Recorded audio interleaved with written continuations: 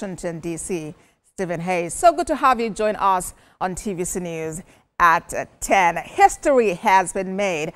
Pope Leo XIV is American, the first American pontiff in the history of the Catholic Church. What is the significance of this?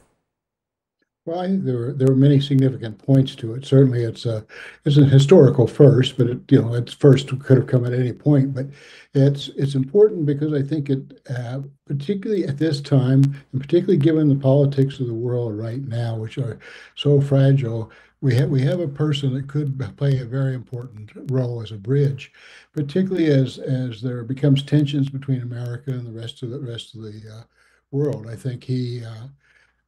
Actually, as regards just the United States, I think that it brings a stronger moral leadership for Americans to listen, and I think that's going to have some effect here. But worldwide, I think he's going to play a very, very important role. I think the significance also was that the election of an American pope probably was not predicted by too many people, but the fact is that this does signify that the cardinals were looking at the best person, not necessarily that nationalities didn't matter. I'm not saying he necessarily was the best person, but they looked at who should be the leader rather than where they came from. Because right now, I think it would have an American would have politically not been quite as popular as other areas. So I think it's very significant. You mentioned that his emergence was probably not predicted by not too many people. A few days ago, there was this post about maybe President Trump being clad in the Pope's regalia. And I'm wondering if you think this could have in any way shaped the outcome of things at the conclave. I was thinking about that exact thing a few minutes ago. I think it's certain. I think it certainly probably. I should certainly and probably are contradictions, but almost certainly elevated the interest and the anger of the ire of the cardinals. It was, I think, in many ways, a mocking disgrace, and I think this also probably honed the interest of the cardinals on who really should do this and how they can make changes. I mean, right now, President Trump has enormous amount of influence around the world. And I think that there needs to be some counter. Now, I'm not sure. I'm not saying that photo was a stimulus, but I think it certainly could have been an important factor. All right, and U.S. President Donald Trump already has congratulated Pope Leo XIV, describing the development as an honor for America.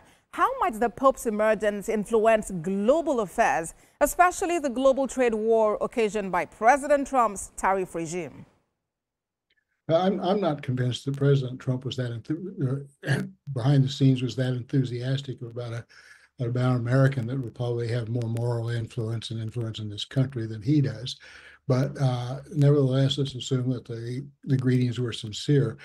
I think this Pope, now forgetting that he's an American, but a Pope for all, is going to have to deal with several international issues. One, I think behind the scenes, this Pope will probably play a stronger interest in Ukraine. I think President Putin was probably not very happy with this selection. There has been a dialogue between the Vatican and the Russian Orthodox Church, representing Russia itself at times, and I think that dialogue is going to change. But I think the Vatican may play a more active role now. I think also on behalf of the poor, I think the Pope Francis stance on really aligning with the poor is going to continue through this Pope. He is seen as more moderate, perhaps he is, but he certainly has been a disciple of Pope Francis.